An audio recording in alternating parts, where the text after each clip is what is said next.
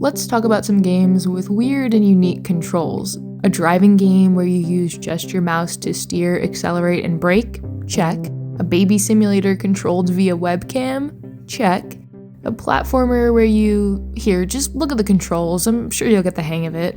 These games are anything but normal, and that's what makes them so fun. Vampire's Best Friend was my inspiration for this video, a bat-former where you play as a bat trying to rescue their vampire buddy by eating the 40 bulbs of garlic floating around the castle. The catch? You can only flap to the left and flap to the right, and every 5 or so seconds you have to land and catch your breath. This makes for a brutal experience at first, especially if you try to start up the game without reading anything about it, but you'll quickly figure out the best way to move around, timing your flight in between obstacles and disappearing blocks, maneuvering around spikes, and making it back to safety just before the timer runs out. Vampire's Best Friend has the spirit of a Metroidvania without ever having you unlock any upgrades or special items for your character. The only thing stopping you from fully exploring every nook and cranny is your brain, and more likely your reflexes. A fun and rewarding challenge with some great pixel art too, from checkered entryways to flower-filled caves to a sewer system with very large pipes that reminds me of the ones in another very popular game. Can't think of the name off the top of my head. For something more on the narrative side that's a little bit less punishing, Goodnight Universe is definitely worth checking out. You play as Isaac, a suspiciously smart baby with superpowers? Being a baby is already weird enough, but you can also hook up your webcam and use your facial expressions to make Isaac laugh and cry, or close your eyes to listen in on people's thoughts. You don't need to use a webcam to play, but it really does add another layer of immersion, especially when you're closing your eyes and just listening. But either way, you still get to show off your magic baby powers and freak everyone out. Goodnight Universe is from the same creators as Before Your Eyes, which was the first game I ever remember hearing about that makes use of a webcam like this. That one was all about blinking to progress the story, and both projects are such wonderful and unique pieces of art and storytelling that I highly recommend. Summit Drive by Luke Kim isn't a game for babies, but it probably will make you cry like one. There's only a demo out for now, and that's fine because I still haven't made it to the top.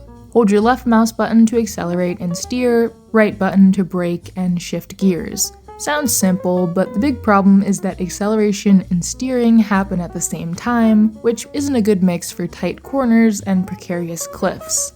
And just when you thought you had the hang of it, this guy swoops down and ruins everything. But it is pretty entertaining to watch your character's reactions to all the chaos in the mirrors and see their feet frantically stomping on pedals. You can also turn pixelation all the way up to make it look like this and have a harder time, or play the Halloween map in almost complete darkness and have an even harder time. Speaking of darkness, there's nothing quite like the dark and empty vacuum we call outer space. Heavenly Bodies puts you in the spacesuit of an astronaut trying to get increasingly more complex ship systems up and running. It's been on my wishlist for a while now, and I'm very glad I decided to give it a shot for this video because it's fun. As you can imagine, you'll be floating around in zero gravity. You use your left and right triggers to grab onto anything and everything around you in order to navigate these cramped hallways and avoid drifting out into the nothingness. Not easy, even the slightly more forgiving controls provide a healthy amount of challenge, and I found myself loving just about every minute of the struggle. You'll get a set of schematics and diagrams to help you through each mission, but sometimes trial and error is the best way to go. Plug this in here, turn this crank, open this door, I'll figure it out eventually. You can even play with someone else in local co-op and enjoy the suffering together.